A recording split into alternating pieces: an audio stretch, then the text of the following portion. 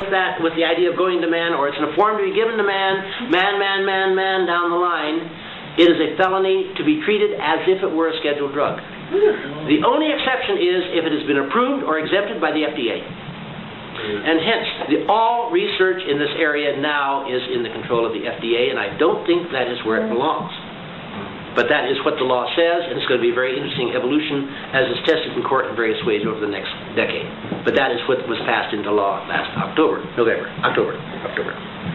I think my 5 minutes is up. Let's take a break, and then we'll have nothing but a pile of questions afterwards.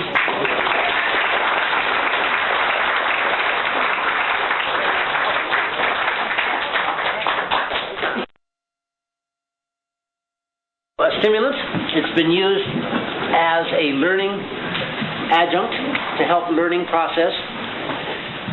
It's been patented as a non-amphetamine type stimulant. I personally have never tried it, and I don't know firsthand what it's like.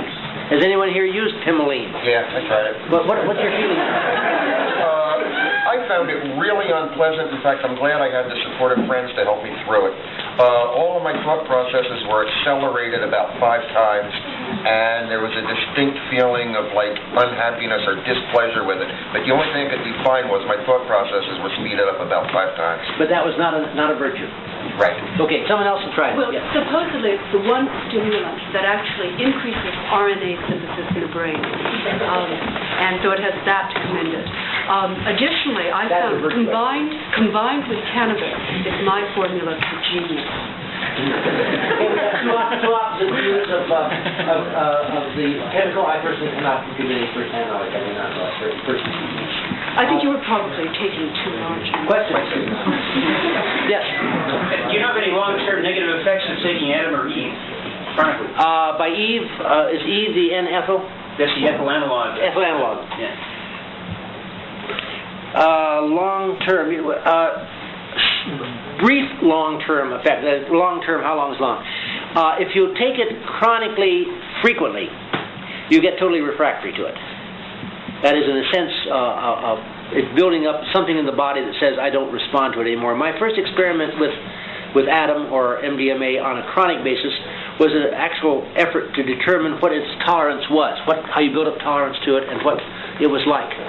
And in that experiment, I took 120 milligrams on one day, then on the noon of the next day, and for each subsequent day, I took 160 milligrams. And it was about the 6th day in which there was no effect from it whatsoever. Then on the next day after that, I did not take MDMA again, but I took MDA at an effective dosage, which should have been an effective dosage, to see if it was cross-tolerant.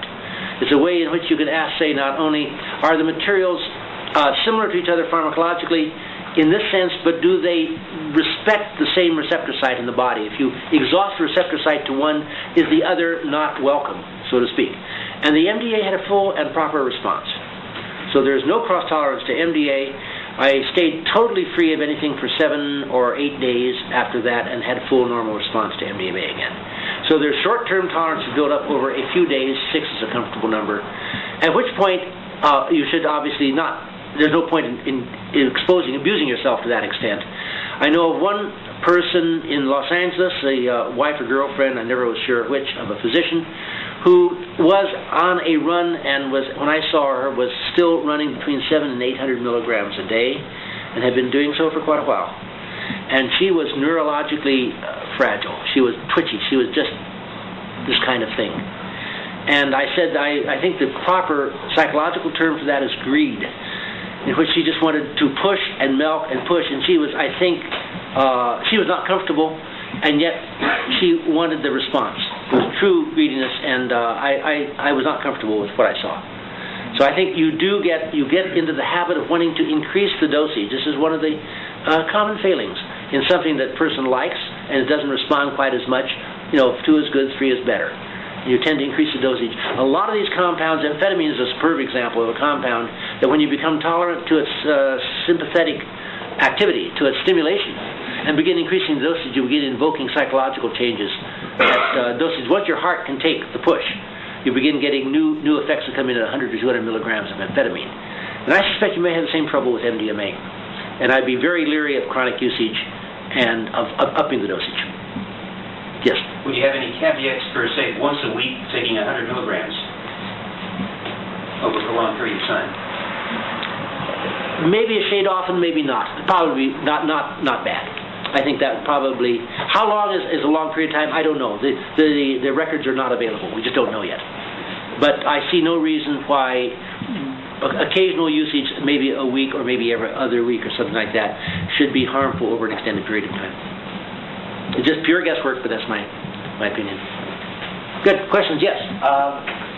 Smith Kline and French benzodrine inhaler back in the early 40s. Have you ever had that? I'll tell you a story of how I finished first in my class in the Navy, as a matter of fact.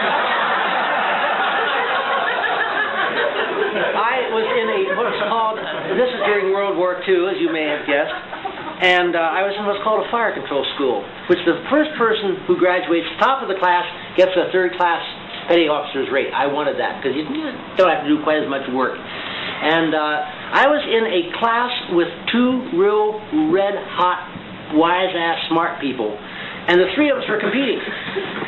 And so I found the benzodrine inhaler, and I found if you used it with some regularity over the course of about 3 or 4 or 5, 6, 8 days, not only did you stay awake with eyes that looked like saucers for 6 or 8 days, but you begin draining mucus down in the lungs. And you get a lot of drainage, and your x-rays show up with possible TB. And in the hospital, I came up with x-rays that showed possible TB. I was put in the hospital. They didn't see me lying awake for 3 more days. And then once I saw that I had missed that class, I knocked off the inhalers. The lungs cleared up. My eyes went to normal. I started sleeping again. I got in the next class. I got my third class fire control rate. I got in the class with a bunch of dumbbells. It worked out beautifully. I'm familiar with the chronic use of benzodrine. But it will give you a positive X-ray for the lungs. What was your question? Okay. Yeah, there's other questions. Yes? Do you have any comments on the sociological effects of the widespread use of cocaine in rather high doses in our society? I don't have a really good, honest, comfortable feeling of how widely it is used. I know what the newspapers and what people say. Are there people here who know personally of people who are abusing it heavily, cocaine? Okay, fair enough. There are about 8 or 10 hands.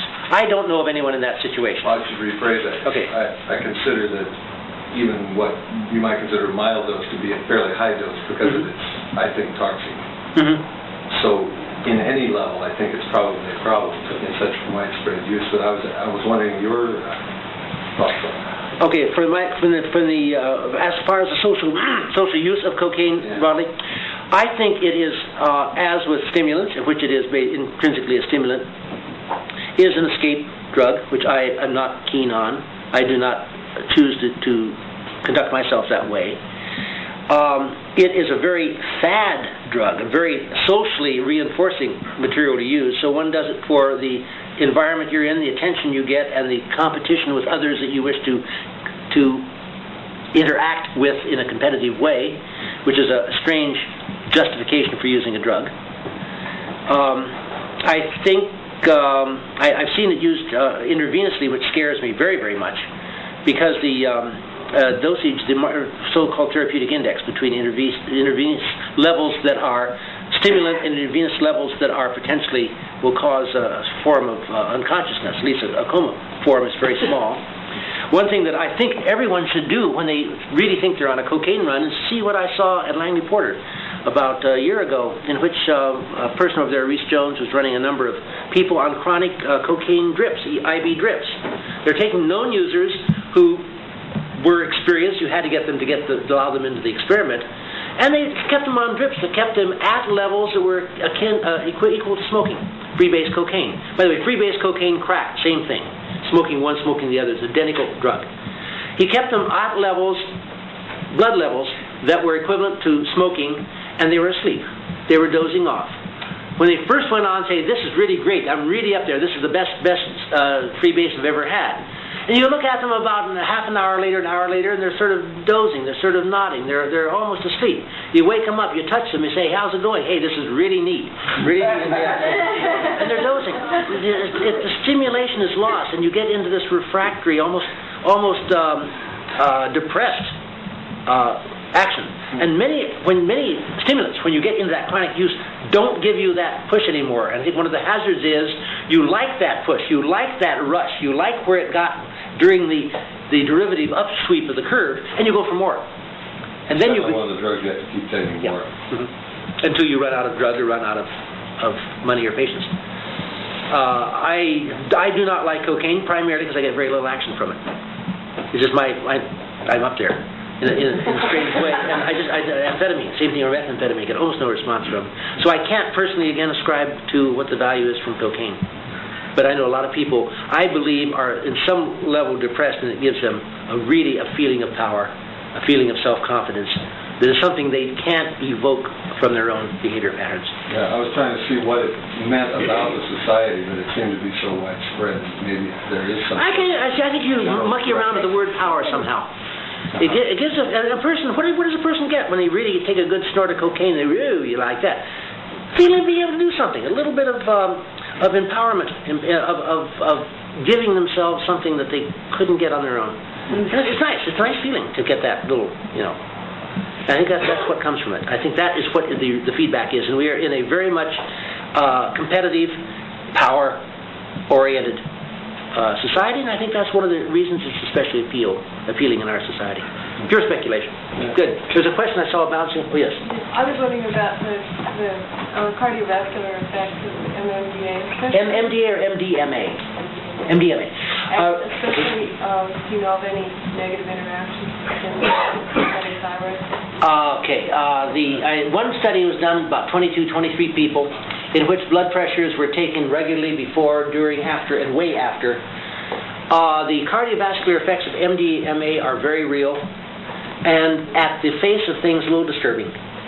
At about a half an hour, an average systolic increase of about 40 millimeters, diastolic of about 10 or 15, throughout a group of 20 people. This is a big number. And it's disturbing, especially if you have a person who's pounding the pipes a little bit anyway, and you give this on top of it. Nonetheless, there are no bad examples, I know, that have come from what is a disturbing bunch of numbers. The experience, when it gets underway at about the hour and 10, 15 minutes point, the blood pressure is already well back toward normal. And in the statistically believable below normal pressure at 24 hours.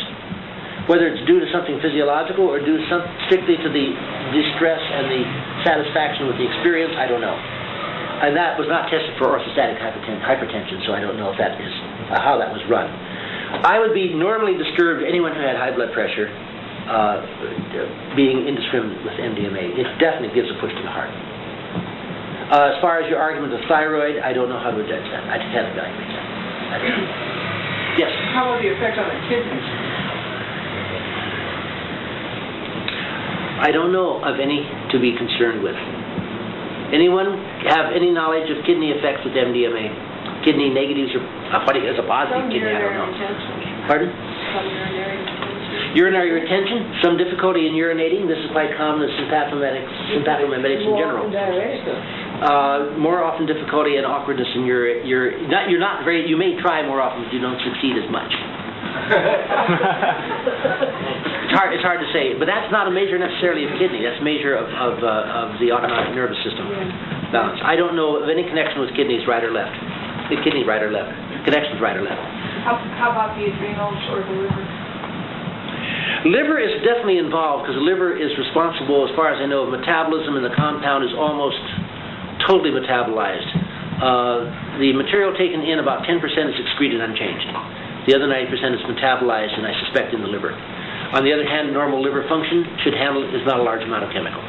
So I would not think liver function, unless you were clearly in hepatic insufficiency, it was perhaps with hepatitis, or perhaps with restrained liver function.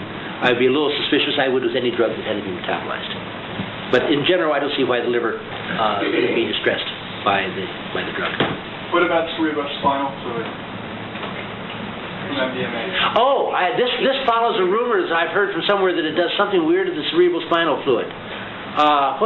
Someone reinforced that rumor, such as it depletes. I've heard something absolutely bizarre. I have known nothing to connect MDMA to cerebrospinal fluid at any level for any reason. Nothing has been published. I would hold that connection as being rumor that I know of no basis. It does nothing that I know to cerebral. I don't know it's ever been administered that way either. Yes? Given that